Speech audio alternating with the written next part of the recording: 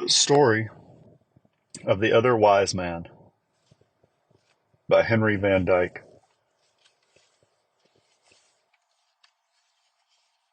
Preface. It is now some years since this little story was set afloat on the sea of books. It is not a man of war, nor even a high-sided merchantman, only a small, peaceful sailing vessel. Yet it has had rather an adventurous voyage. Twice it has fallen into the hands of pirates. The tides have carried it to far countries. It has been passed through the translator's port of entry into German, French, Armenian, Turkish, and perhaps some other foreign regions. Once I caught sight of it flying the outlandish flag of a brand new phonetic language along the coasts of France, and once it was claimed by a dealer in antiquities as a long-lost legend of the Orient. Best of all, it has slipped quietly into many a faraway harbor that I have never seen, and found a kindly welcome, and brought back messages of good cheer from unknown friends. Now it has turned home to be new-rigged and fitted for further voyaging. Before it is sent out again, I have been asked to tell where the story came from and what it means. I do not know where it came from. Out of the air, perhaps. One thing is certain, it is not written in any other book, nor is it to be found among the ancient lore of the East. And yet I have never felt as if it were my own. It was a gift. It was sent to me, and it seemed as if I knew the giver, though his name was not spoken. The year had been full of sickness and sorrow. Every day brought trouble. Every night was tormented with pain. They are very long, those nights when one lies awake and hears the laboring heart pumping wearily at its task and watches for the morning, not knowing whether it will ever dawn. They are not nights of fear, for the thought of death grows strangely familiar when you have lived with it for a year. Besides, after a time you come to feel like a soldier who has been long standing still under fire. Any change would be a relief. But they are lonely nights. They are very heavy nights. And their heaviest burden is this. You must face the thought that your work in the world may be almost ended, but you know that it is not nearly finished. You have not solved the problems that perplexed you. You have not reached the goal that you aimed at. You have not accomplished the great task that you set for yourself. You are still on the way, and perhaps your journey must end now, nowhere, in the dark. Well, it was in one of these long, lonely nights that the story came to me. I had studied and loved the curious tales of the three wise men of the East, as they are told in the golden legend of Jacobus de Voragine and other medieval books. But of the fourth wise man I had never heard until that night. Then I saw him distinctly, moving through the shadows in a little circle of light. His countenance was as clear as the memory of my father's face as I saw it for the last time a few months before. The narrative of his journeyings and trials and disappointments ran without a break. Even certain sentences came to me complete and unforgettable, clear-cut like a cameo. All that I had to do was to follow Artaban, step by step, as the tale went on, from the beginning to the end of his pilgrimage. Perhaps this may explain some things in the story. I have been asked many times, why I made the fourth wise man tell a lie in the cottage at Bethlehem to save the little child's life. I did not make him tell a lie. What Artaban said to the soldiers he said for himself, because he could not help it. Is a lie ever justifiable? Perhaps not. But may it not sometimes seem inevitable? And if it were a sin, might not a man confess it and be pardoned for it more easily than for the greater sin of spiritual selfishness or indifference or the betrayal of innocent blood?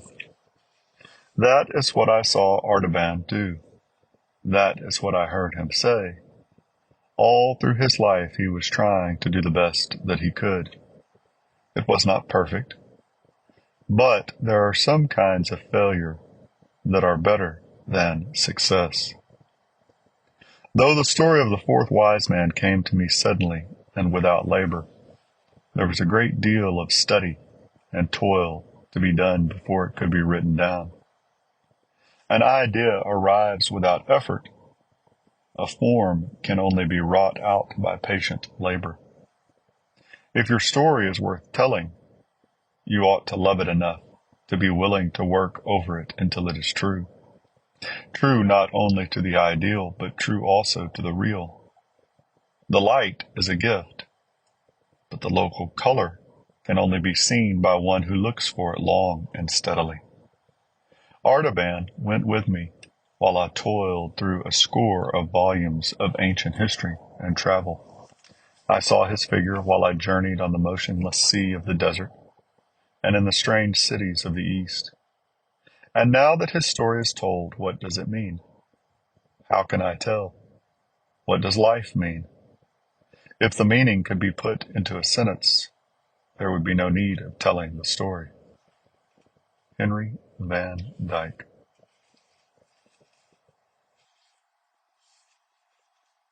You know the story of the three wise men of the East, and how they traveled from far away to offer their gifts at the manger cradle in Bethlehem. But have you ever heard the story of the other wise man, who also saw the star in its rising, and set out to follow it, yet did not arrive with his brethren in the presence of the young child Jesus? Of the great desire of this fourth pilgrim, and how it was denied, yet accomplished in the denial, of his many wanderings, and the probations of his soul, of the long way of his seeking, and the strange way of his finding. The one whom he sought, I would tell the tale as I have heard fragments of it in the hall of dreams, in the palace of the heart of man. The sign in the sky. In the days when Augustus Caesar was master of many kings, and Herod reigned in Jerusalem, there lived in the city of Ecbatana, among the mountains of Persia, a certain man named Artaban, the Median. His house stood close to the outermost of the 7 walls which encircled the royal treasury. From his roof he could look over the rising battlements of black and white and crimson and blue and red and silver and gold, to the hill where the summer palace of the Parthian emperors glittered like a jewel in a 7-fold crown. Around the dwelling of Artaban spread a fair garden, a tangle of flowers and fruit trees, watered by a score of streams, descending from the slopes of Mount Orontes, and made musical by innumerable birds. But all color was lost in the soft and odorous darkness of the late September night, and all sounds were hushed in the deep charm of its silence, save the flashing of the water, like a voice half sobbing and half laughing under the shadows. High above the trees, a dim glow of light shone through the curtained arches of the upper chamber, where the master of the house was holding counsel with his friends. He stood by the doorway to greet his guests, a tall, dark man of about 40 years with brilliant eyes set near together under his broad brow, and firm lips graven around his fine, thin lips. The brow of a dreamer and the mouth of a soldier. A man of sensitive feeling, but inflexible will. One of those who, in whatever age they may live, are born for inward conflict and a life of quest.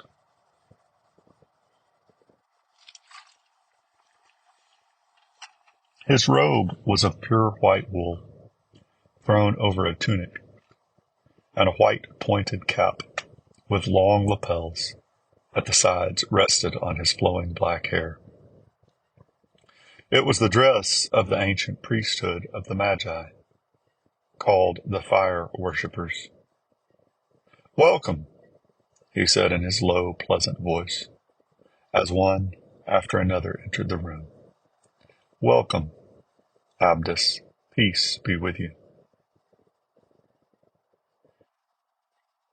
"Rhodaspes and Tigranes, with you, my father. Argabus, Abgarus, you are all welcome, and this house grows bright with the joy of your presence." There were 9 of the men, differing widely in age, but alike in the richness of their dress and many-colored silks, and in the massive golden collars around their necks, marking them as Parthian nobles, and in the winged circles of gold resting upon their breasts, the sign of the followers of Zoroaster. They took their places around the small black altar at the end of the room, where a tiny flame was burning. Artaban, standing beside it and waving a barsom of thin tamarisk branches above the fire, fed it with dry sticks of pine and fragrant oils. Then he began the ancient chant of the yasna, and the voices of his companions joined in the beautiful hymn to Ahura Mazda. "We worship the Spirit divine, all wisdom and goodness possessing, surrounded by holy immortals, the givers of bounty and blessing. We joy in the works of his hands, his truth and his power confessing. We praise all the things that are pure, for these are his only creation. The thoughts that are true, and the words and the deeds that have won approbation, these are supported by him, and for these we make adoration. Hear us, O Mazda, thou livest in truth and in heavenly gladness. Cleanse us from falsehood, and keep us from evil and bondage to badness. Pour out the light and the joy of thy life on our darkness and sadness. Shine on our gardens and fields. Shine on our working and weaving. Shine on the whole race of man, believing and unbelieving. Shine on us now through the night. Shine on us now in thy might. The flame of our holy love, the song of our worship receiving." The fire rose with the chant, throbbing as if it were made of musical flame, until it cast a bright illumination through the whole apartment, revealing its simplicity and splendor. The floor was laid with tiles of dark blue veined with white. Pilasters of twisted silver stood out against the blue walls. The clear story of round arched windows above them was hung with azure silk. The vaulted ceiling was a pavement of sapphires, like the body of heaven in its clearness sown with silver stars. From the 4 corners of the roof hung 4 golden magic wheels, called the tongues of the gods. At the eastern end, behind the altar, there were two dark red pillars of porphyry. Above them, a lintel of the same stone, on which was carved the figure of a winged archer, with his arrow set to the string and his bow drawn. The doorway between the pillars, which opened upon the terrace of the roof, was covered with a heavy curtain of the color of a ripe pomegranate, embroidered with innumerable golden rays shooting upward from the floor. In effect, the room was like a quiet, starry night, all azure and silver, flushed in the east with rosy promise of the dawn. It was, as the house of a man should be, an expression of the character and spirit of the master. He turned to his friends when the song was ended and invited them to be seated on the divan at the western end of the room.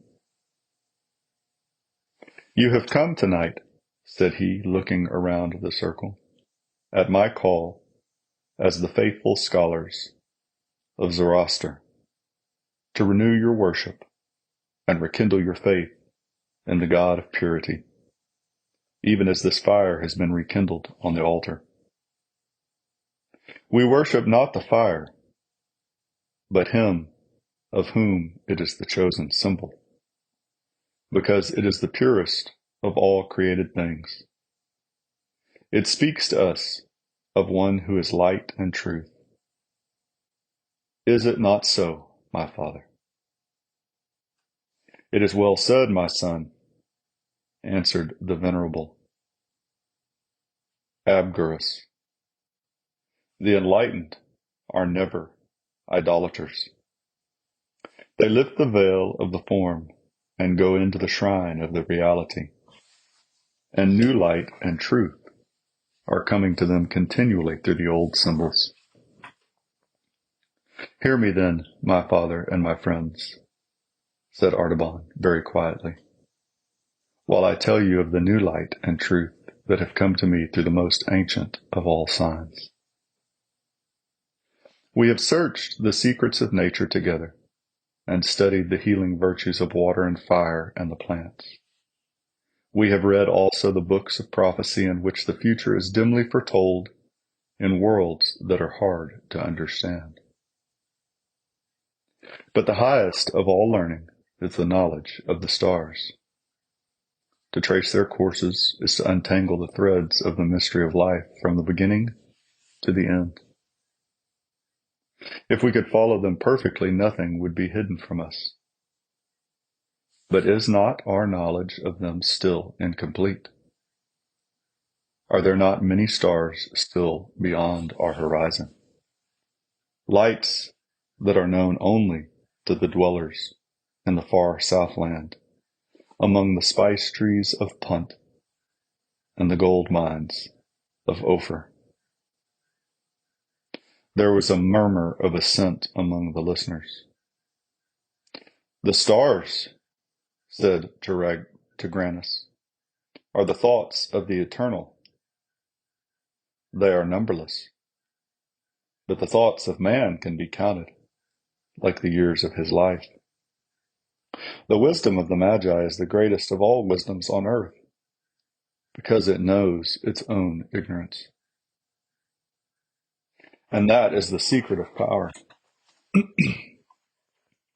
We keep men always looking and waiting for a new sunrise, but we ourselves know that the darkness is equal to the light, and that the conflict between them will never be ended." "That does not satisfy me," answered Artaban. "For if the waiting must be endless, if there could be no fulfillment of it, then it would not be wisdom to look and wait. We should become like those new teachers of the Greeks who say that there is no truth, and that the only wise men are those who spend their lives in discovering and exposing the lies that have been believed in the world. But the new sunrise will certainly dawn in the appointed time. Do not our own books tell us that this will come to pass? and that men will see the brightness of a great light. That is true, said the voice of Abgarus. Every faithful disciple of Zoroaster knows the prophecy of the Avesta and carries the word in his heart. In that day, Socios, the victorious, shall arise out of the number of the prophets in the east country. Around him shall shine a mighty brightness, and he shall make life everlasting, incorruptible, and immortal, and the dead shall rise again. This is a dark saying, said Tigranes, and it may be that we shall never understand it. It is better to consider the things that are near at hand, and to increase the influence of the Magi in their own country, rather than to look for one who may be a stranger, and to whom we must resign our power.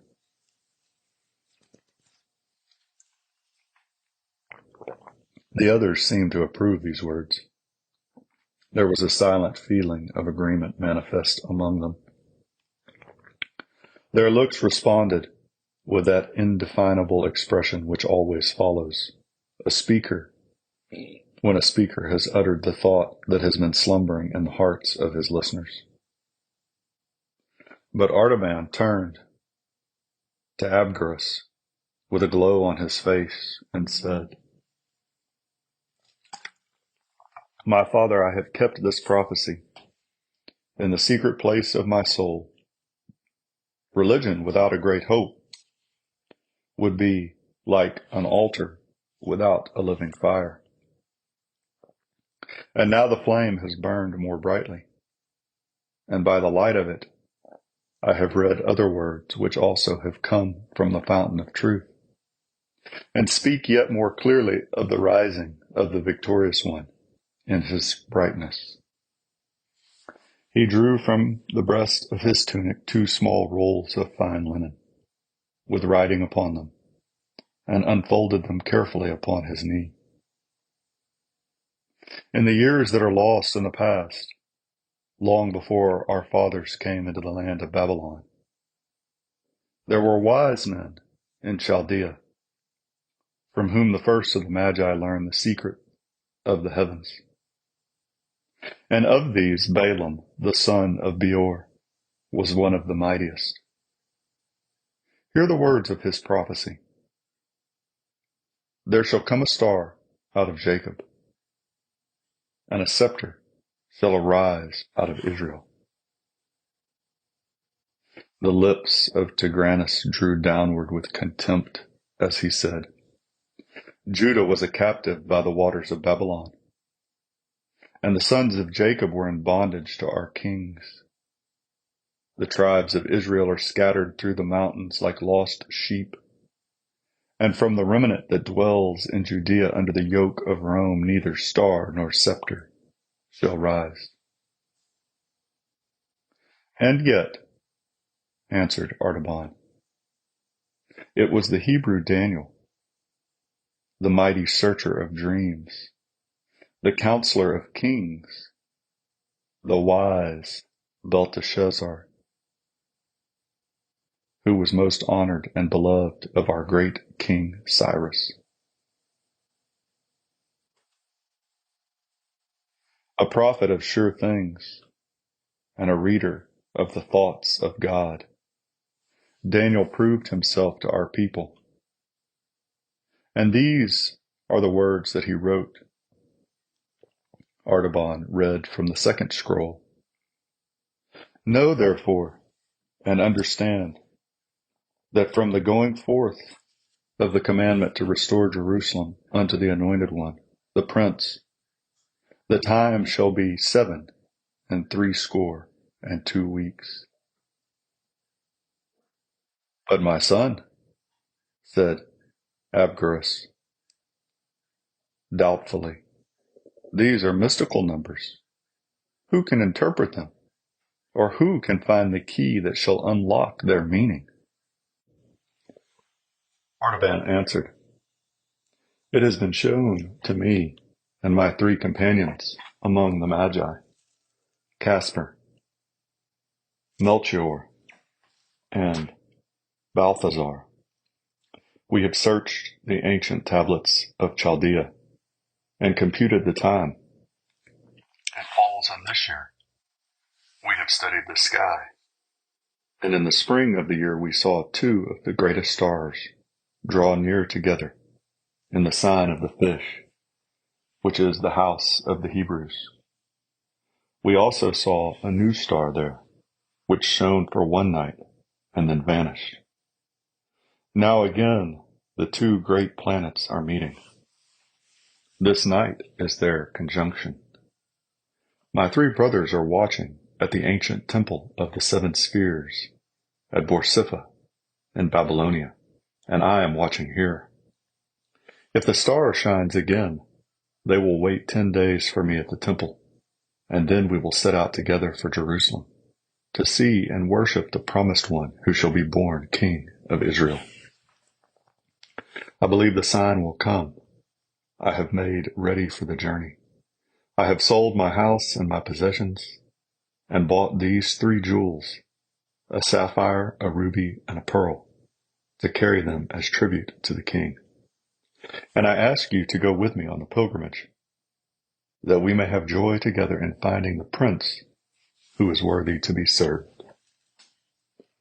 While he was speaking, he thrust his hand into the innermost fold of his girdle and drew out 3 great gems, one blue as a fragment of the night sky, one redder than the ray of sunshine, and one as pure as the peak of a snow mountain at twilight, and laid them on the outspread linen scrolls before him. But his friends looked on with strange and alien eyes. A veil of doubt and mistrust came over their faces, like a fog creeping up from the marshes to hide the hills.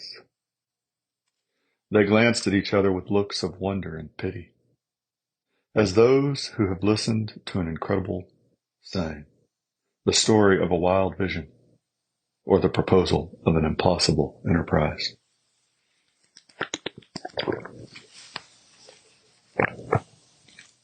At last, Tigranes said, Artaban, this is a vain dream. It comes from too much looking upon the stars and the cherishing of lofty thoughts. It would be wiser to spend the time in gathering money for the new fire temple at Chala. No king will ever rise from the broken race of Israel, and no end will ever come to the eternal strife of light and darkness. He who looks for it is a chaser of shadows.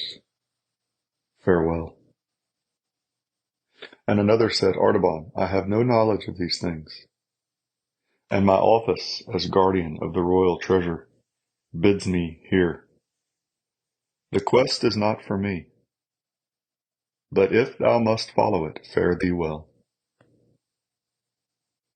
And another said, in my house there sleeps a new bride, and I cannot leave her nor take her with me on this strange journey. This quest is not for me, but may thy steps be prospered wherever thou goest. So farewell. And another said, I am ill and unfit for hardship. But there is a man among my servants whom I will send with thee when thou goest, to bring me word how thou farest. But Abgarus, the oldest, and the one who loved Artaban the best, lingered after the others had gone and said gravely, My son, it may be that the light of truth is in this sign that has appeared in the skies, and then it will surely lead to the prince and the mighty brightness. Or it may be that it is only a shadow of the light, as Tigranes has said, and then he who follows it will only have a long pilgrimage and an empty search. But it is better to follow even the shadow of the best than to remain content with the worst. And those who would see wonderful things must often be ready to travel alone. I am too old for this journey, but my heart shall be a companion of the pilgrimage day and night, and I shall know the end of thy quest. Go in peace. So one by one they went out of the azure chamber with its silver stars, and Artaban was left in solitude. He gathered up the jewels and replaced them in the girdle. For a long time he stood and watched the flame that flickered and sank upon the altar. Then he crossed the hall, lifted the heavy curtain, and passed out between the dull red pillars of porphyry on the terrace to the roof. The shiver that thrills through the earth ere she rouses from her night sleep had already begun, and the cool wind that heralds the daybreak was drawing downward from the lofty snow-traced ravines of Mount Orontes. Birds half awakened crept and chirped among the rustling leaves, and the smell of ripened grapes came in brief wafts from the arbors. Far over the eastern plain a white mist stretched like a lake, but where the distant peak of Zagros serrated the western horizon, the sky was clear. Jupiter and Saturn rolled together like drops of lambent flame about to blend into one. As Artaban watched them, behold, an azure spark was born out of the darkness beneath, rounding itself with purple splendors to a crimson sphere, and spearing upward through the rays of saffron and orange into a point of white radiance. Tiny and infinitely remote, yet perfect in every part. It pulsated in the enormous vault, as if the three jewels and the Magi's breast had mingled and been transformed into a living heart of light. He bowed his head. He covered his brow with his hands. "It is the sign," he said. "The king is coming, and I will go to meet him." By the waters of Babylon.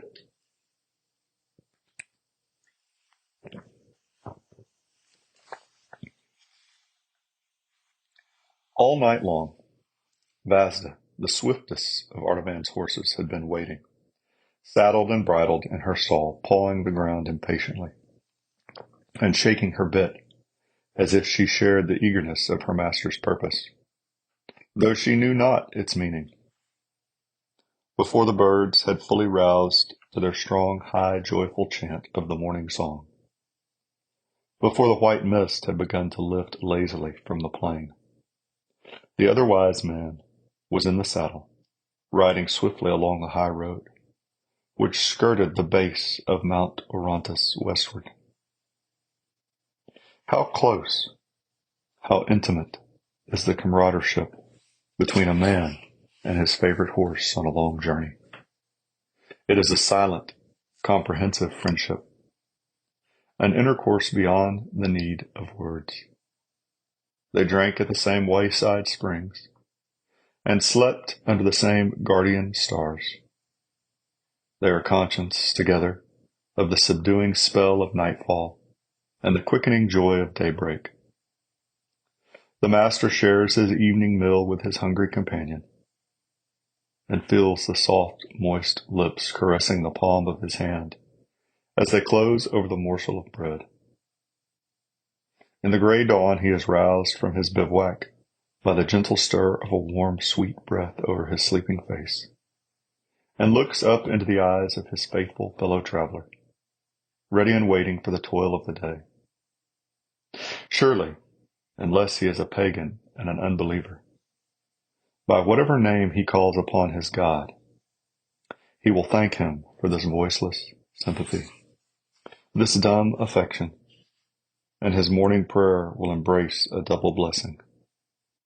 God bless us both, and keep our feet from falling and our souls from death.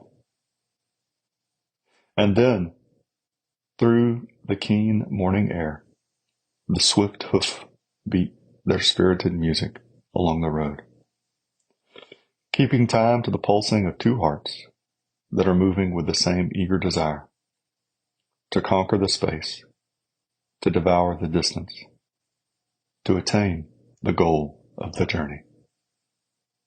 Artaban must indeed ride wisely and well if he would keep the appointed hour with the other Magi. For the route was 150 parsonings, and 15 was the utmost that he could travel in a day. But he knew Vasta's strength and pushed forward without anxiety, making the fixed distance every day, though he must travel late into the night and in the morning long before sunrise. He passed along the brown slopes of Mount Orontes, furrowed by the rocky courses of 100 torrents.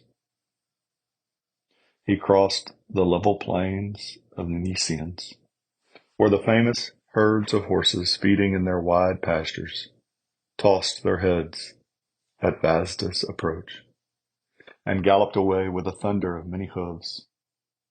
And flocks of wild birds rose suddenly from the swampy meadows, wheeling in great circles, with a shining flutter of innumerable wings and shrill cries of surprise.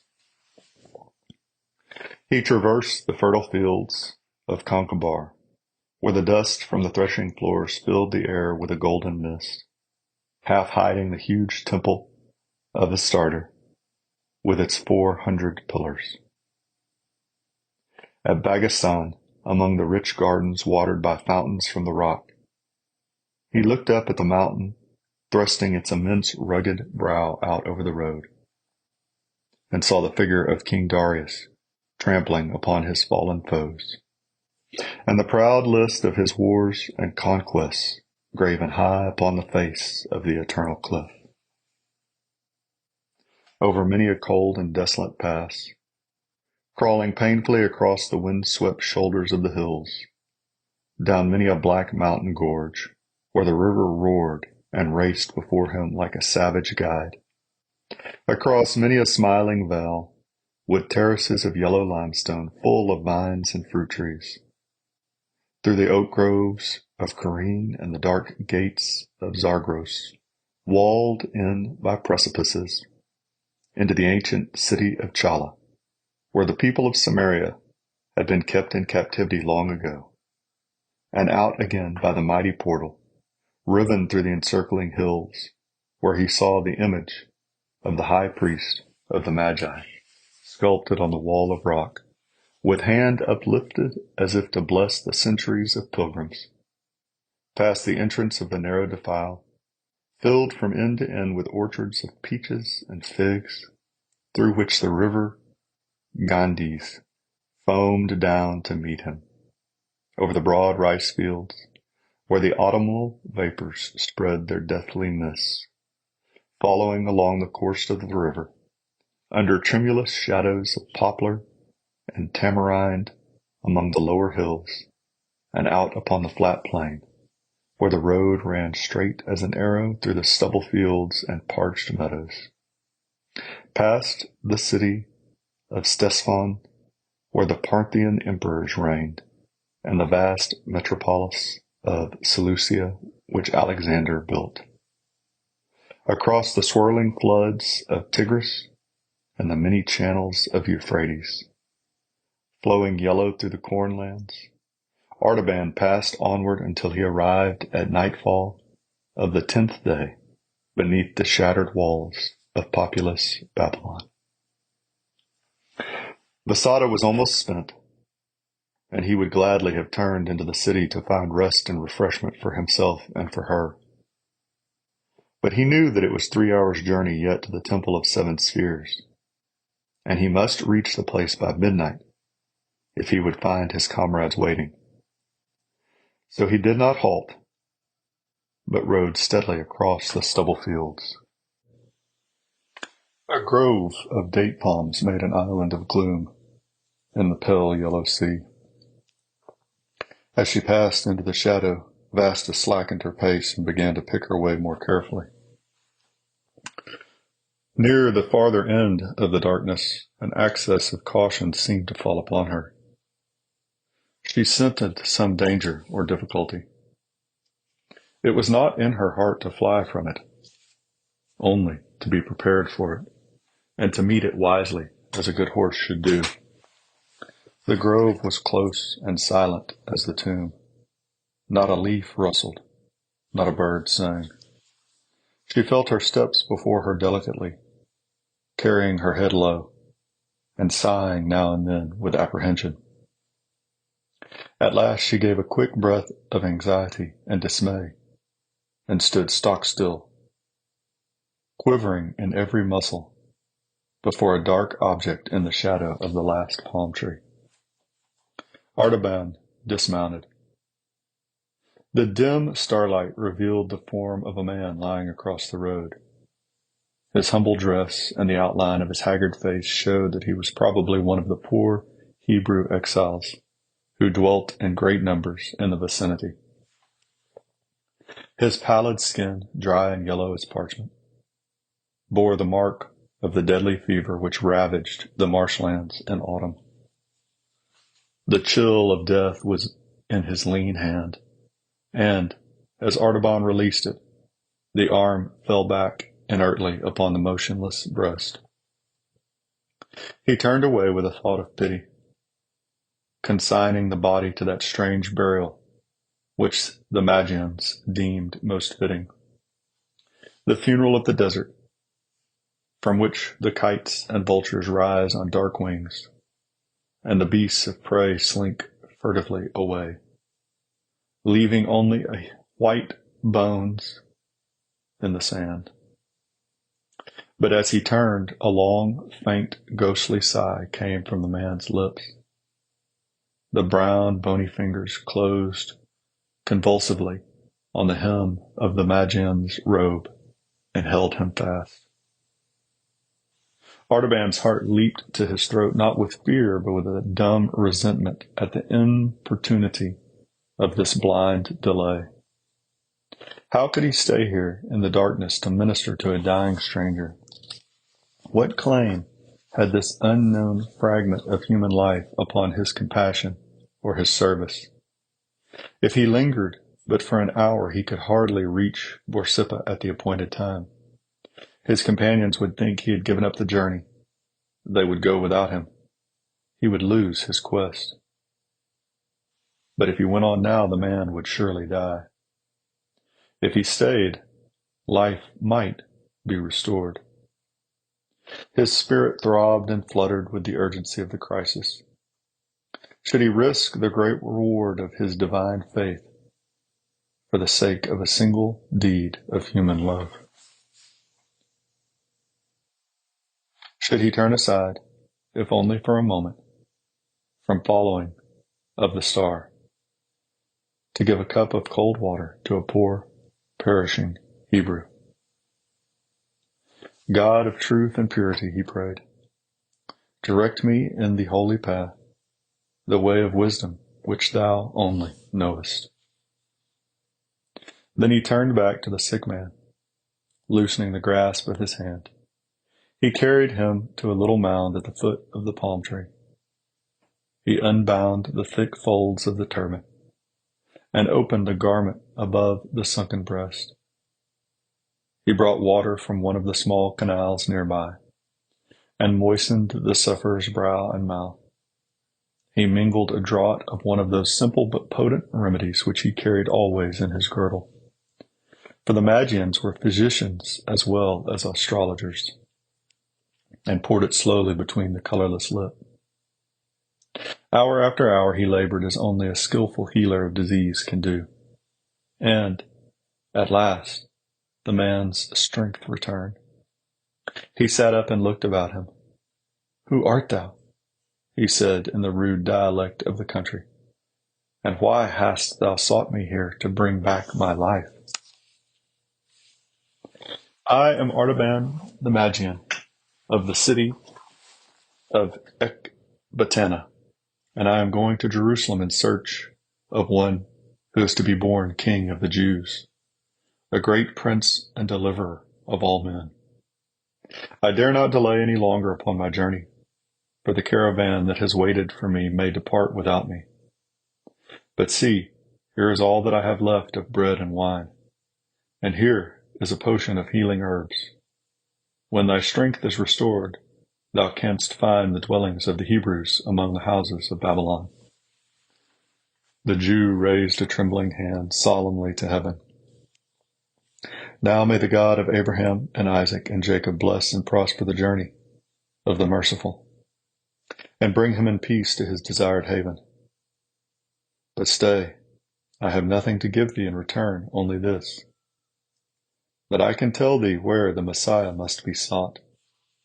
For our prophets have said that he should be born not in Jerusalem, but in Bethlehem of Judah. May the Lord bring thee in safety to that place, because thou hast had pity upon the sick.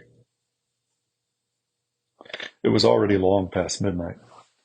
Artaban rode in haste, and Vasta, restored by the brief rest, ran eagerly through the silent plain and swam the channels of the river. She put forth the remnant of her strength and fled over the ground like a gazelle. But the first beam of the sun sent her shadow before her as she entered upon the final stadium of the journey. And the eyes of Artaban, anxiously scanning the great mound of Nimrod and the temple of the seven spheres, could discern no trace of his friends. The many-colored terraces of black and orange and red and yellow and green and blue and white, shattered by the convulsions of nature and crumbling under the repeated blows of human violence, still glittered like a ruined rainbow in the morning light. Artaban rode swiftly around the hill. He dismounted and climbed to the highest terrace, looking out towards the west. The huge desolation of the marshes stretched away to the horizon and the border of the desert. Bitterns stood by the stagnant pools, and jackals skulked through the low bushes. But there was no sign of the caravan of the wise men far or near. At the edge of the terrace he saw a little crane of broken bricks, and under them a piece of parchment. He caught it up and read, "We have waited past the midnight, and can delay no longer. We go to find the king. Follow us across the desert." Artaban sat down upon the ground and covered his head in despair. "How can I cross the desert," said he, "with no food and with a spent horse? I must return to Babylon, sell my sapphire, and buy a train of camels and provision for the journey. I may never overtake my friends. Only God the merciful knows whether I shall not lose the sight of the king because I tarried to show mercy." For the sake of a little child, there was silence in the hall of dreams, where I was listening to the story of the other wise man. And through this silence I saw but very dimly his figure passing over the dreary undulations of the desert, high upon the back of his camel, rocking steadily onward like a ship over the waves. The land of death spread its cruel net around him. The stony wastes bore no fruit but briars and thorns. The dark ledges of rock thrust themselves above the surface here and there, like the bones of perished monsters. Arid and inhospitable mountain ranges rose before him, furrowed with dry channels of ancient torrents, white and ghastly as scars on the face of nature. Shifting hills of treacherous sand were heaped like tombs along the horizon. By day the fierce heat pressed its intolerable burden on the quivering air, and no living creature moved on the dumb, swooning earth, but tiny jerboas scuttling through the parched bushes, or lizards vanishing in the clefts of the rock. By night the jackals prowled and barked in the distance, and the lion made the black ravines echo with his hollow roaring, while a bitter, blighting chill followed the fever of the day. Through heat and cold, the Magian moved steadily onward. Then I saw the gardens and orchards of Damascus, watered by the streams of Abana and Pharphar, with the sloping swards inlaid with bloom, and their thickets of myrrh and roses. I saw also the long snowy ridge of Hermon, and the dark groves of cedars, and the valley of Jordan, and the blue waters of the lake of Galilee, and the fertile plain of Esdraelon, and the hills of Ephraim, and the highlands of Judah. Through all these I followed the figure of Artaban, moving steadily onward, until he arrived at Bethlehem. And it was the third day after the 3 wise men had come to that place and had found Mary and Joseph with the young child, Jesus, and had laid their gifts of gold and frankincense and myrrh at his feet. Then the other wise man drew near, weary but full of hope, bearing his ruby and his pearl to offer to the king. For now at last, he said, I shall surely find him, though it be alone, and later than my brethren. This is the place of which the Hebrew exile told me, that the prophets had spoken, and here I shall behold the rising of the great light. But I must inquire about the visit of my brethren, and to what house the star directed them, and to whom they presented their tribute.